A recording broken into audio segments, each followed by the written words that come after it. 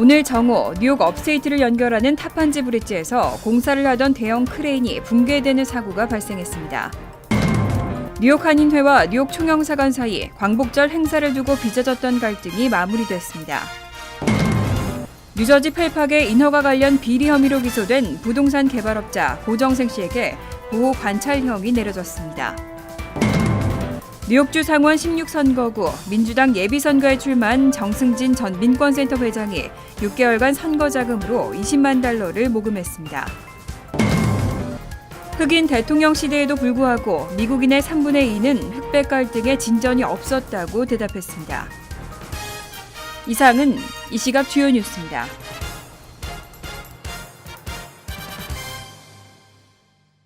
여러분 안녕하십니까? KBN 뉴스입니다. 오늘 정오경 뉴욕 업스테이트를 연결하는 타판지 브릿지에서 공사를 하던 대형 크레인이 붕괴되는 사고가 발생했습니다. 다리를 지나던 운전자와 공사장 근로자 등 5명이 부상을 당했습니다. 사고가 난 크레인은 기존 브릿지 옆에 건설 중인 새로운 브릿지 공사에 동원된 크레인으로 기존 브릿지를 가로질러 쓰러지면서 큰 피해를 가져왔습니다. 크레인을 지탱하던 바지선은 허드슨 강에 침몰한 것으로 알려졌습니다. 오늘 사고로 3명의 운전자와 공사장 인부 2명 등 총 5명이 부상을 당해 병원으로 옮겨졌으며 사고 현장은 브릿지의 양쪽 차선이 모두 차단돼 극심한 교통체증을 겪었습니다. 2013년 $4억 예산으로 건설을 시작한 타판지 브릿지는 16차선 규모로 올해 연말 완공 예정으로 공사를 진행해왔습니다. 뉴욕 한인회와 뉴욕 총영사관 사이 8.15 광복절 행사를 두고 빚어졌던 갈등이 마무리됐습니다. 당초 예정대로 기념식은 한인회관에서, 리셉션은 뉴욕시 의사당에서 하기로 최종 합의했습니다. 김기환 뉴욕 총영사는 18일 뉴욕 한인회관에서 광복절 기념식 공동주최단체 관계자들과 회동을 가졌습니다. 이 자리에서 총영사는 뉴욕시 의사당에서 개최되는 광복절 리셉션은 매우 의미 있는 행사로 생각한다며 총영사관에서도 성공적 행사가 될 수 있도록 적극 지원하겠다고 밝혔습니다. 이로써 올해 광복절 행사는 예정대로 다음 달 15일 오전 11시 뉴욕 한인회관에서 열리는 공식 기념식과 오후 5시 30분 뉴욕시 의사당에서 뉴욕 한인회가 주관하는 리셉션 등 2개 행사로 나뉘어 열리게 됐습니다. 김 총영사는 그동안 불거졌던 논란과 관련해 리셉션 행사를 하지 못하도록 했다는 것은 전혀 사실이 아니고 이를 진행하는 과정에서 뜻하지 않게 와전된 것 같다고 해명하고 앞으로 한 달에 한 번씩 뉴욕 한인회와 정기적인 실무회의를 갖고 소통을 강화해 나가겠다고 전했습니다. 뉴저지 펠팍의 인허가 관련 비리 혐의로 기소된 부동산 개발업자 고정생 씨에게 보호 관찰형이 내려졌습니다. 고 씨는 당뇨와 신장 이식 수술 등 건강상의 문제로 실형을 면했습니다. 연방 뉴욕지법은 18일 자신의 건물에 노래방 허가를 받아주겠다며 $50,000의 뇌물을 요구한 혐의를 받고 있는 고정생 씨에게 5년간의 보호관찰형을 선고했습니다. 법원은 또 고 씨에게 8개월간 가택연금 명령과 함께 $50,000의 벌금형도 내렸습니다.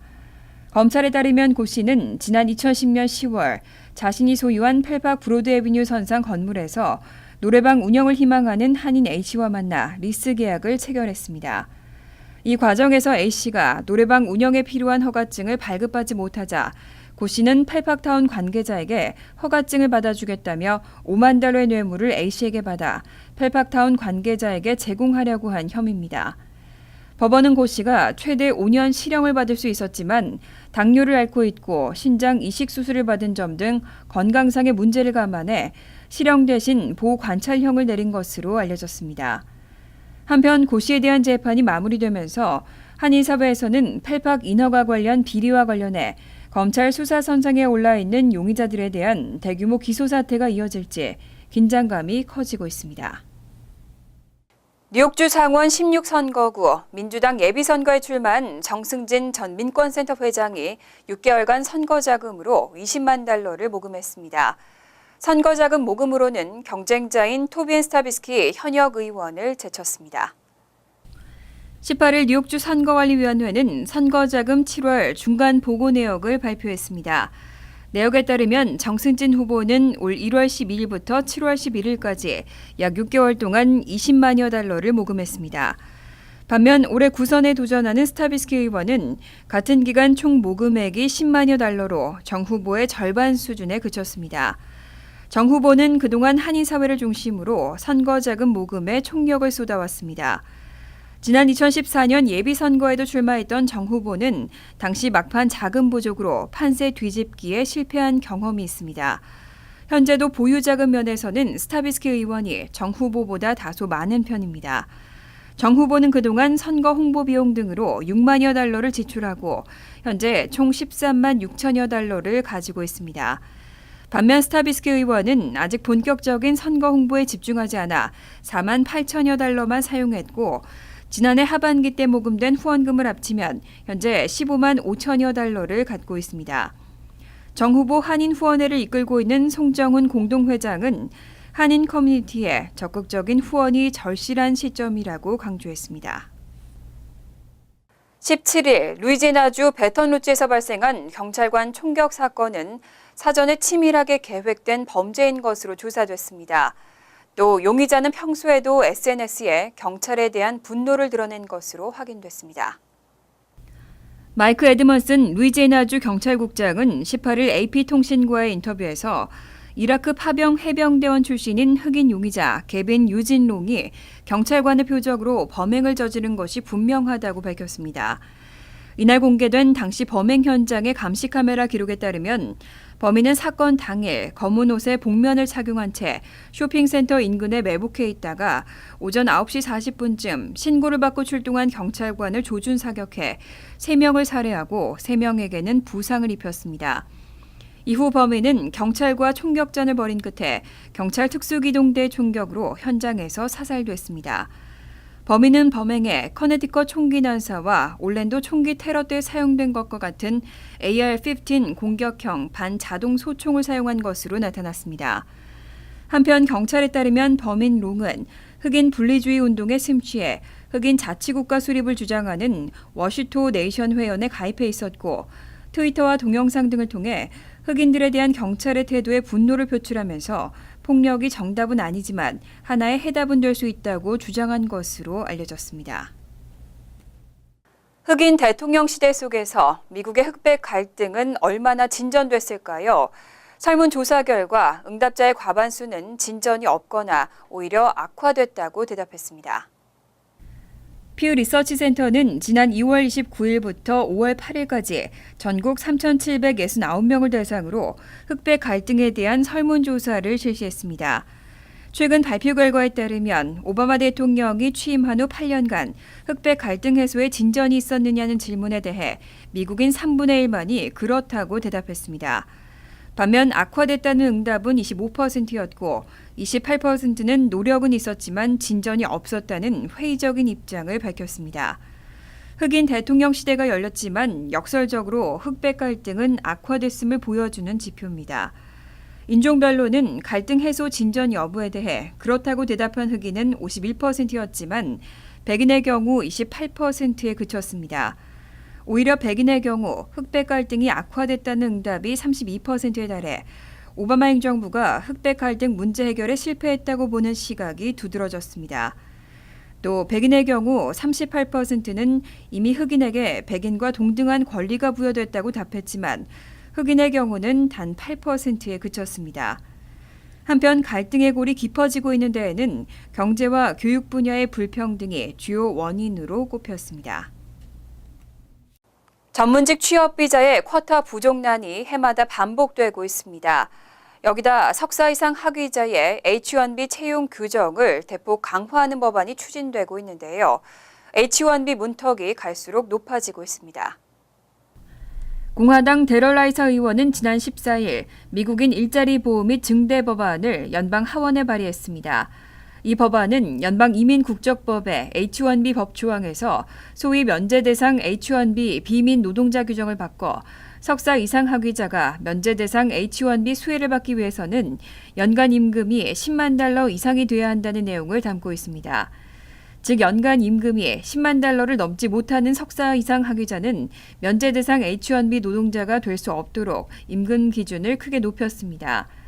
현행 규정에 따르면 면제 대상 H-1B 자격을 갖추기 위해서는 연간 임금이 6만 달러 이상이 돼야 합니다.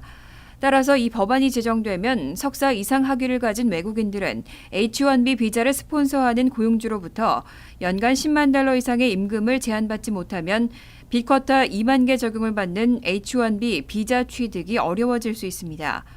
현재 H-1B 비자는 연간 6만 5천 개의 쿼타가 정해져 있습니다.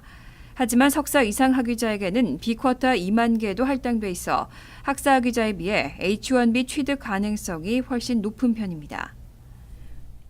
아시아나항공의 고객 정보가 대거 유출됐습니다. 미주 한인 등 일반 승객들의 개인정보 유출이 우려되고 있는데요. 아시아나항공의 허술한 웹 보안이 첫 번째 원인으로 지적됐습니다. 18일 아시아나항공에 따르면 2015년 5월부터 2016년 7월 18일 오전까지 아시아나항공 홈페이지의 고객센터 자주 묻는 질문 글쓰기에 올라간 47,023건 중 일부 첨부 파일 접속 주소가 유출됐습니다. 유출된 자료는 아시아나항공과 제휴를 맺은 항공사, 유나이티드 항공과 루프트한자, 타이항공과 싱가포르 항공, 스칸디나비아 항공 등을 이용한 고객들의 주민등록증과 가족관계증명서, 여권정보와 전자항공권 사본 등입니다. 아시아나항공 관계자는 현재까지 외부에서 다량 조회된 사례는 지난 15일 1회로 파악하고 있다며 아시아나클럽 전체 회원의 정보가 노출된 것은 아니라고 해명했습니다. 특히 이번 사태로 유출된 개인 문건 가운데는 2014년 9월에 출력된 자료부터 2016년 9월 사용이 예정돼 있는 탑승권도 포함되어 있는 것으로 확인됐습니다. 유출된 정보들과 유출 경로를 확인한 IT 전문가들은 아시아나항공의 허술한 웹 보안을 첫 번째 원인으로 지적했습니다. 낡은 뉴욕시 지하철이 새롭게 단장에 나설 계획입니다. 최첨단 전동차가 투입되고 전철역도 초현대식 시설로 바뀔 예정입니다. 앤드루 쿠오모 뉴욕 주지사와 메트로폴리탄 교통공사의 토마스 프렌더게스트 회장은 18일 MTA 현대화 프로젝트의 하나로 새로운 전동차와 전철역 환경 개선 방안을 발표했습니다.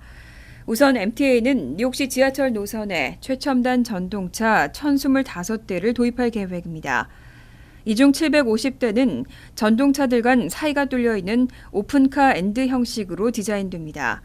또 모든 전동차의 출입문의 너비를 기존 50인치에서 58인치로 늘리겠다는 방침입니다. 그 밖에 전동차 안에서도 와이파이가 제공되고 USB 충전기도 설치됩니다. 이와 관련해 MTA는 이번 주말께 새로운 전동차 제작을 맡을 외주 업체를 모집하는 공고를 발표할 예정입니다. 이뿐 아니라 뉴욕시에 낙후된 전철역 31곳을 중심으로 한 레노베이션도 진행됩니다.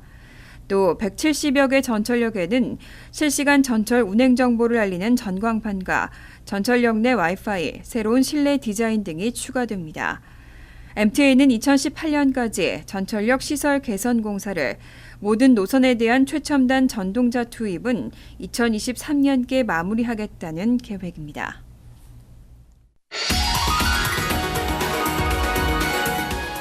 이어서 LA 지역 한인사회 소식입니다. LA에서 차량 한 대가 가정집으로 돌진하는 사고가 발생했습니다. 이 사고로 7살 된 여아 1명이 숨지고 4명이 크게 다쳤습니다. LAPD에 따르면 어제 오후 6시쯤 사우스 LA 지역 93가 인근에서 30대 여성이 몰던 차량이 집으로 돌진해 차에 타고 있던 7살 여아가 차량 밖으로 튕겨나와 그 자리에서 숨졌습니다. 또 차에는 18개월 된 남자아이와 6살짜리 남아 그리고 4살 된 여아도 타고 있었으며 모두 뇌와 가슴 등을 크게 다친 것으로 알려졌습니다. 경찰은 아이들의 엄마인 운전자가 만취한 상태로 운전 중이었다며 속도를 제어하지 못하고 이 같은 사고를 낸 것으로 보고 수사를 진행 중입니다. 숙박 공유업체 에어비앤비가 LA에서 숙박세를 납부하기로 결정했습니다. LA시는 에어비앤비가 다음 달 1일부터 숙박 공간을 임대해주는 호스트로부터 숙박세를 걷어 시에 납부하는 데 합의했다고 밝혔습니다. 이번 숙박세 납부와 관련된 양측의 계약 기간은 3년으로 LA시 정부는 이번 합의로 연간 $500만 이상의 숙박세를 확보할 것으로 예상했습니다. 또 LA시는 숙박세를 걷어 노숙자들을 위한 거주 공간 확립과 쉘터 설립에 사용할 계획이라고 덧붙였습니다. 한편 그동안 에어비앤비는 숙박 공간을 빌려주는 호텔과 비슷한 사업 행위를 하면서도 단순한 숙박 중개업체라는 주장으로 숙박세 납부를 회피해왔습니다. 월드리포트입니다. 플로리다 해변이 요즘 유독성 녹조로 몸살을 앓고 있습니다. 관광객들의 발길이 끊기면서 주민들의 건강은 물론이고 생계까지 위협하고 있습니다. 아름다운 해변과 푸른 바다로 유명한 미국 플로리다주. 그런데 해변이 초록 물결로 뒤덮였습니다. 병에 바닷물을 담아봤더니 마치 녹즙을 보는 듯합니다. It's awful. And when I say it's a collapse of the ecosystem, that's being light about it. 2주 전부터 거대한 녹조띠가 해안가 일대를 뒤덮은 겁니다. 해변 곳곳에 폐사한 물고기가 떠다니고 악어들은 페인트를 뒤집어 쓴 듯 온통 녹색 범벅입니다. 녹조 속에서 숨도 쉬지 못하고 허우적대던 바다소는 주민이 뿌려준 깨끗한 물에 얼굴을 씻어 간신히 목숨을 구했습니다. It can be very low in oxygen to almost no oxygen, and that'll be a severe impact on any wildlife that might make it through here. 숨이 턱턱 막힐 정도의 악취를 풍기는 데다 인체에 해로운 독성 물질까지 품고 있어 주민들은 호흡기나 피부 질환에 걸릴 위험에 노출돼 있습니다. It makes your eyes burn. It feels like someone is sitting on your chest. Porta potty smells like that.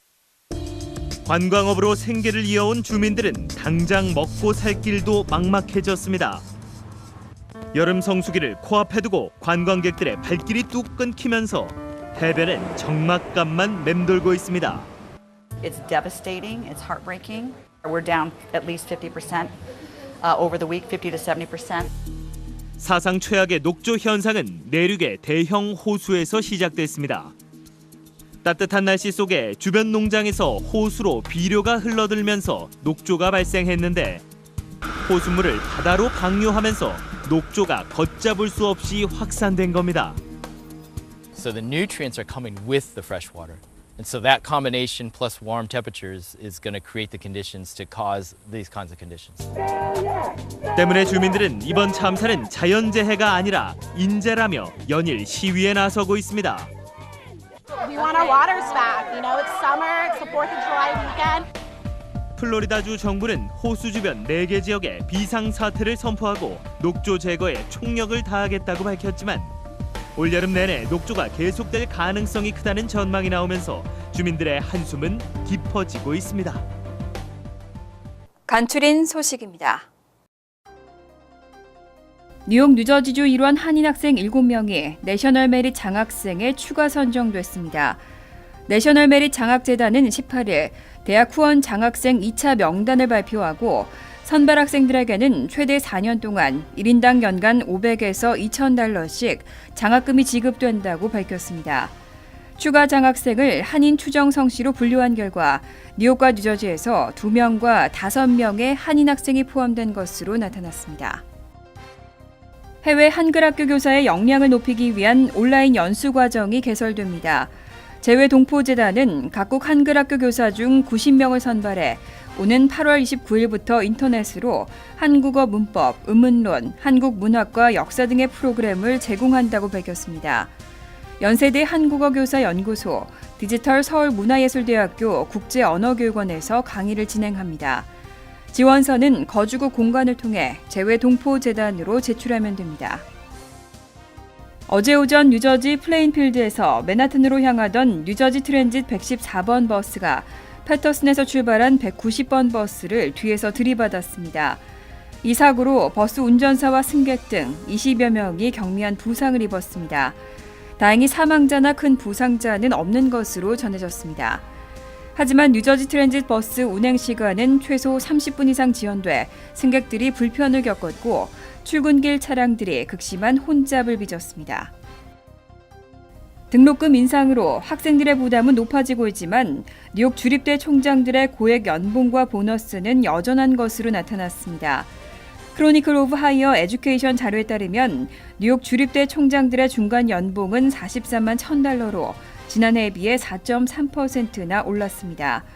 또 버팔로대 총장과 스토니브룩대 총장은 각각 65만 $로 연봉 1위를 차지했고 전국 대학 총장 가운데 최고액은 130만 $, 휴스턴대 총장으로 나타났습니다.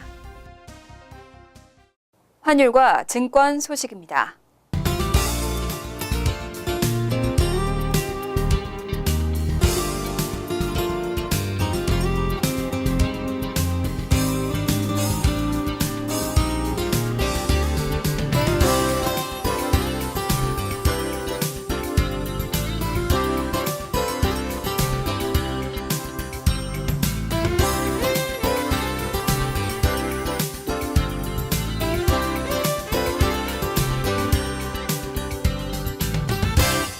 이어서 날씨입니다. 수요일은 화창하고 좋은 날씨가 되겠습니다. 낮 최고 기온은 84도, 섭씨 29도, 밤 최저 기온은 68도, 섭씨 20도로 예상됩니다. 목요일도 화창하겠지만 습도가 높겠습니다. 금요일 역시 덥고 화창한 날씨가 이어지겠고 밤에는 곳에 따라 소나기나 천둥 번개가 예상됩니다. 이상으로 KBN 뉴스를 마칩니다. KBN과 함께 즐거운 시간 되시기 바랍니다.